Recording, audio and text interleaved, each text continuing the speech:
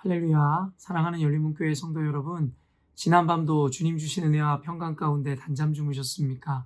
아침을 깨우는 말씀, 수요일 이 아침에 주님께서 우리에게 주시는 말씀은 역대하 29장 20절로 36절까지의 말씀입니다. 오늘도 하나님께서 이 말씀을 통해서 저와 여러분에게 꼭 들려주시고자 하는 하나님의 음성을 우리 가운데 허락해 주시는 시간 되기를 원합니다. 매일 성경의 해설자는 오늘 본문의 제목을 회복된 예배라는 제목을 삼았는데요. 어제 이 말씀을 통해서도 우리가 함께 나누었지만 히스기야를 왕으로 세우신 하나님께서는 그와 그를 돕는 동역자들을 통해서 성전을 개혁하기 시작하더라는 것입니다. 성전 안에 있었던 온갖 더러운 우상들과 관념들을 모두 버리게 하시고 부수게 하신 이후에 제사장과 레위인들을 통해서 그곳을 성결케 하는 그런 작업들을 해 나가시더라는 것입니다. 그리고 히스기야와 그의 동역자들이 함께 성전을 개혁한 이후에 오늘 이 본문에는 바로 히스기야와 백성들의 속죄제를 통하여 하나님과 무너진 관계를 회복하는 그 예배의 개혁을 이루기 시작하더라는 것입니다. 오늘 본문에는 히스기야가 성전의 정화를 한 이후에 나라와 성소와 백성을 위한 속죄제를 하나님께 드리게 되고요. 그리고 속죄제로 말미암아 성결함을 입은 하나님의 백성들이 이제는 감사제로 하나님께 아낌없이 그들의 것들을 드리는 장면들을 보여주고 있습니다. 오늘 본문을 보면서 저는 주목되어지는 것이 바로 무너진 공동체, 무너진 예배를 회복시키는 유일한 길은 바로 하나님과의 관계가 회복되어지는 것이다 라는 가장 본질적인 은혜를 깨닫게 되었습니다. 우리 열린문교회뿐만 아니라 이 시대의 많은 교회들이 이미 서로 간의 신뢰를 잃어버린 어떤 교회의 생활을 하고 있음을 우리는 보게 됩니다. 많은 목회자들의 부정과 부패로 말미암은 교회 지도자들에 대한 불신, 또 성도들 간에 서로 믿고 의지하였지만 나중에는 도리어 그에게 사기를 당하거나 아니면 그의 거짓말로 인하여 씻을 수 없는 깊은 상처를 입은 성도들. 결국에는 현대는 불신앙과 불신으로 말미암아 결국에는 서로가 서로에게 상처를 입히고 이제는 교회 공동체가 서로를 신뢰하지 못하며 그리고 하나님 세우신 지도자 역시도 신뢰받지 못한 시대가 되었다라는 것입니다. 그러므로 말미암아 교회 안에는 분열과 나눔과 다툼들이 끊어지지 않고 있는데요. 이는 비단 또 한국 교회의 상황일 뿐만이 아니라 많은 이민 교회들 그리고 시드니에 있는 이민 교회들 또한 우리 열린문교회에서 일어나는 일들이겠죠.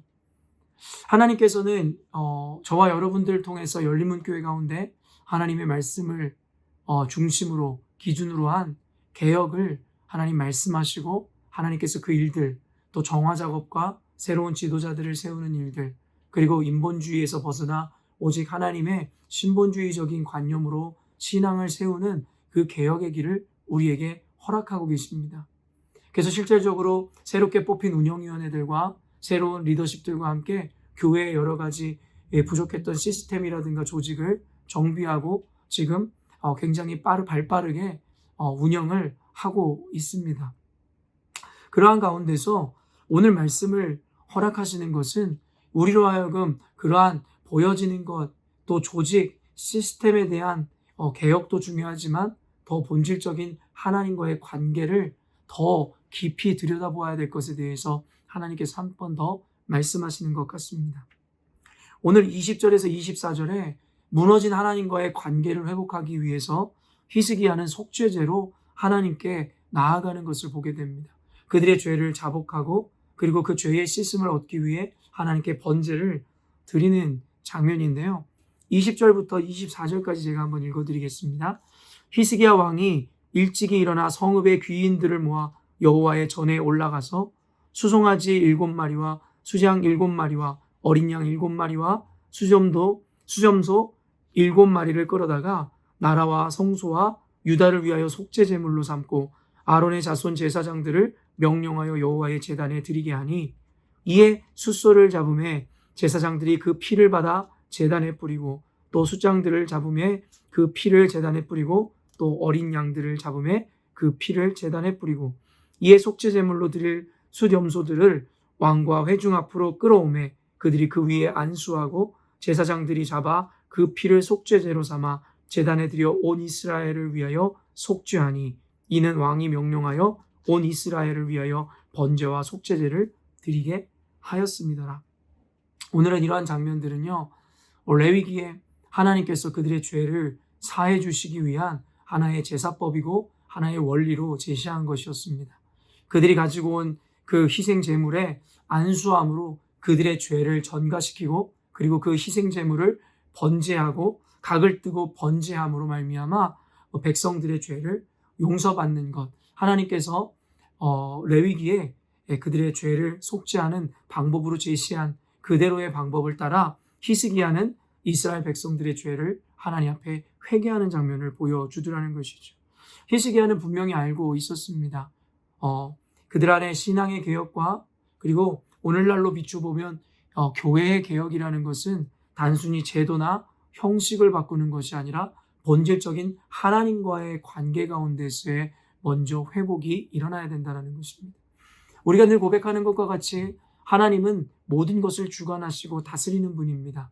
단순히 눈에 보이는 현상이나 상황뿐만 아니라 인간의 관계성마저도 하나님께서 인도하시더라는 것입니다. 하나님께서는 인간의 관계를 열어주시기도 하고 닫으시기도 하는데 그것은 철저한 하나님의 계획과 섭리에 의해 이루어지는 것이라는 것입니다. 그렇기 때문에 아까도 서원에서도 밝혔듯이 현대교회가 서로 불신하고 지도자들과 또 교인들 간의 관계 가운데서 그 신뢰를 잃어버리고 분열되고 나눠지는 것에는 단순히 어떤 현상적인 문제와 어떤 방법들을 강구하기 이전에 먼저 하나님 앞에서 무너진 그 관계를 하나님과 회복함으로 하나님이 열어주시는 공동체의 관계 그리고 그 회복을 꿈꿔야 할 것이라는 것입니다. 우선순위가 바뀌어서는 안 될 것인데 우리들은 눈에 보이는 것, 나타나는 것에 급급하여 그 이면에 숨겨져 있는 하나님의 의도나 하나님께서 본질적으로 바꾸고자 하는 것을 못 보는 때가 너무 많다라는 것입니다. 다시 한번 말씀드리지만 하나님은 우리의 관계를 여실 수도 있고 닫으실 수도 있고 우리의 마음을 유연하고 연하게 하실 수도 있지만 강팍하고 딱딱하게도 만들 수 있는 분이십니다.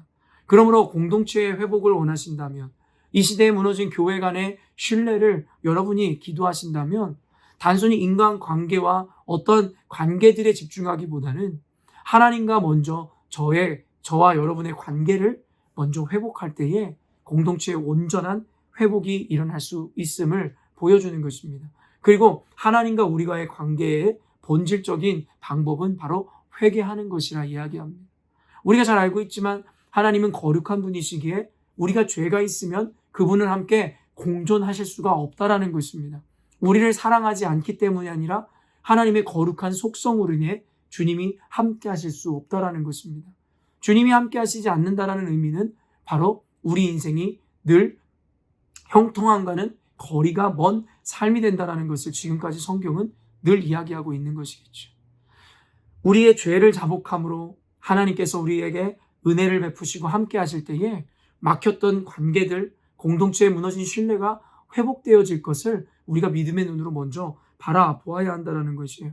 그래서 오늘 매일 성경의 해설자도 20절과 24절에 대해서 해석하면서 이런 이야기를 했습니다. 제도와 형식을 바꾸는 개혁은 더러운 몸에 새 옷을 걸치는 것에 지나지 않습니다. 먼저 공동체의 죄를 숨김없이 드러내고 진심으로 돌이키고 참여하는 시간이 필요합니다. 아까도 이야기했지만 새롭게 세워진 운영위원회, 지금도 매일과 같이 때때마다 모여 논의함으로 교회의 조직을 정비하고 교회에 어떤 일꾼들을 세우고 교회의 제도들을 개혁하는 것을 지금 계속해서 진행 중입니다. 그러나 오늘 매일 성경에 이 해설자가 지적하듯이 제도와 형식을 바꾸는 정도는 그저 더러운 몸에 새 옷을 걸치는 정도의 개혁에 지나지 않는다는 것입니다. 그렇습니다. 운영위원회와 뽑힌 일꾼들이 이 제도와 형식을 바꾼다는 것도 분명한 의미가 있는 것입니다. 그러나 그것이 본질적인 것을 바꾸는 것이 아니라 그저 더러운 몸에 옷을 걸치는 정도의 그런 효과와 개혁에 머물 수밖에 없다라는 것입니다. 그러므로 오늘 매일 성경은 하나님의 개혁의 횃불을 들고 어두운 세상으로 나가야 되는 우리 열린문교회 가운데 진짜 회복되어지고 개혁되어져야 되는 것이 무엇인지를 밝히 말하고 있는 것입니다. 그러므로 다시 한번 이야기하지만 우리가 눈앞에 있는 상황이나 현실과 그리고 문제에 대한 해결책을 구하고 그것에 대한 맞는 해답과 솔루션을 가져 나오는 것도 중요하지만 우리는 늘 본질적으로 돌아가야 할 것은 먼저 무너진 하나님과 우리의 관계의 회복을 빨리 이루어야 된다는 것입니다. 혹시 여러분의 가정이 무너졌다면 여러분 부부관계, 자녀와의 관계에 집중하는 것이 아니라 먼저 여러분과 하나님의 관계를 점검하십시오. 여러분 인간관계, 친구와의 관계, 연인과의 관계 혹은 누군가의 관계가 무너져 있다면 그 관계에 집중하기에 앞서 여러분과 하나님의 관계를 점검해 보시라는 것입니다. 혹시 교회 안에서도 목회자와의 관계, 교우들과의 관계가 무너져 있다면 목회자의 어떠함, 교우들의 어떠함을 논하기 이전에 먼저 여러분과 하나님의 관계가 온전하신지를 점검해야 한다는 것입니다. 그것이 바로 성전의 개혁을 이룬 예배의 회복과 공동체의 개혁을 위하여 히스기야가 제일 앞서 행하였던 것입니다. 그러므로 대한민국뿐만 아니라 이 전 세계의 부흥운동이 일어날 때마다 처음에 시작된 것이 단 한 명의 회개의 운동으로부터 시작됐음을 우리는 역사를 통해 잘 알고 있는 것이겠죠. 아까도 이야기한 것처럼 회개는 하나님과 함께 할 수 있는 근거를 마련하는 것이고 하나님이 함께 하실 때 무너지고 죽어가던 모든 것들이 회복되고 살아나는 역사가 이루어진다는 것입니다. 그러므로 오늘 말씀을 묵상하신 여러분들이라면 하나님 앞에 작은 죄라도 하나님과 여러분 관계를 가로막고 있고 무너뜨리고 있었던 그 죄나 연약함에 대해서 하나님 앞에 자복하고 회개함으로 하나님의 은혜가, 하나님의 임재가 여러분과 함께 할 수 있는 근거를 마련해 드려야 할 것입니다. 회개라는 것은 늘 심각하거나 여러분 정말 특별한 이벤트로 생각하셔서는 안 됩니다. 우리는 늘상 죄를 짓는 죄인이기에 매 순간 매일과 같이 하나님 앞에 해야 하는 것이 바로 이 회개라는 것입니다. 하나님 앞에 늘 겸손함으로 회개함으로 말미암아 하나님과 늘 동행할 수 있어야 한다는 것입니다. 그러므로 오늘 회개의 메시지를 단순히 부담스럽고 어렵게 받아들이는 것이 아니라 늘 하나님과의 관계를 지속적으로 점검하고 오늘도 하나님 앞에 무너져 있는 우리 스스로를 깨달아 알므로 하나님 앞에 겸손함으로 또 자복함으로 또한 회개함으로 그 열매로 또한 하나님의 회복과 공동체의 영광을 회복하시는 저와 여러분이 되었으면 좋겠습니다.